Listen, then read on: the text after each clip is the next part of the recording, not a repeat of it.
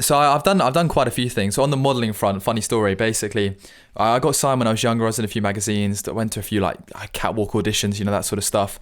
And then I'm basically too small, so I've had to give up like doing You're anything. too small. Yeah. I have to. You realistically have to be 6'2", and I'm like 6. So I've literally just had to like been like, what, forget it. You're tall. Are you not? You look taller than 6. Are you sure you're not like 6'1"? Mate, they proper measure. Like with my hair. If I had a quiff and I had shoes on, I'd be like 6'2". But they like shoes off and they measure me head down, like flat down, like squash my head. I've been into like modeling agencies and they do this, and I'm 6. And I was like, you know what? Fair enough. I'll just give up with that. So just making you feel terrible. Yeah, I just is like, that legit? God, is that legit? What happens? Yeah, man, like literally like so I remember a few times I went to these like catwalk auditions in London, and there's like a big like an empty big hall, and there's all these designers and all these brands sitting around on like tables like at Freshers Week. You know how everyone's kind of got their own table.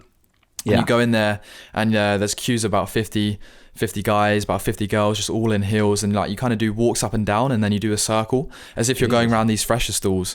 And these guys are all like 6'4", like super chiseled guys. And then I obviously came in there, I was like 6 foot. I was like, this isn't for me. And you then feel a bit out of place. It's like it sounds like Devil Wears Prada. Like what is going on? it's. I tell you what, it did build confidence massively, having to do it in front of all these people that have obviously had like loads of gigs and all these like I don't know people. But yeah, it's it was pretty interesting to say the least. Yeah.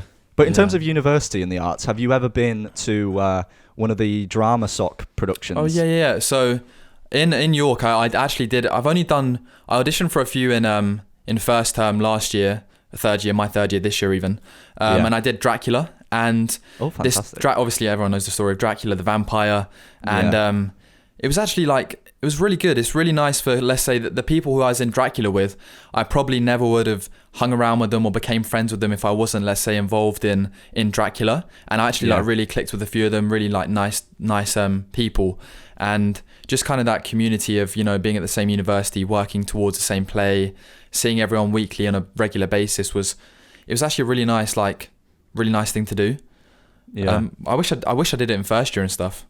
But. See, we're gonna come on to like talking about suggestions for what first years could do, and it's going to be difficult, especially with this, because obviously there's going to be so many changes. But in terms of like the drama soc productions, like I come at it from the perspective of being an audience member, and like the first time I ever watched one, I was absolutely blown away by like the scope and the professionalism, and it was fantastic. It was so good. I don't think I watched Dracula, but it was such a good performance. They take like drama soc serious. Like any drama performance, like you got the director, the sound man, like the whole crew are there every single like rehearsal for months beforehand, and they don't mess around. They want everything to be perfect. It's like a competition really, because I guess everybody in drama soc would go to the play, and everybody wants to have the best play. So the quality, considering it's a student production at a university where everyone's doing it as a kind of hobby or outside their degree, is incredible, really. I think props to everybody in every show, really. Yeah, I mean, I don't go to theatres that much. Like, I'm not a theatre person, but I could tell. Like, the most theatre I've ever got is Panto. Like Christmassy, or that Christmas time where we have a great few theatre houses in Leeds, and some of the Panto productions, like that's as far as I get. He's in terms behind of you. Yeah, literally, he's behind you.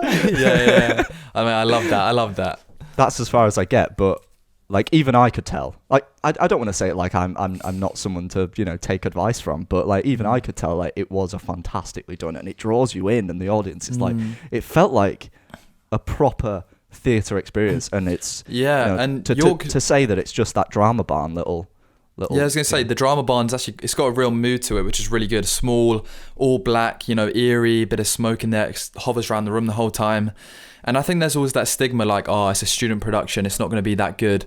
But the reality is that that stigma, it should be abolished, because it is, I mean, much better than just a typical student production. Yeah, I agree.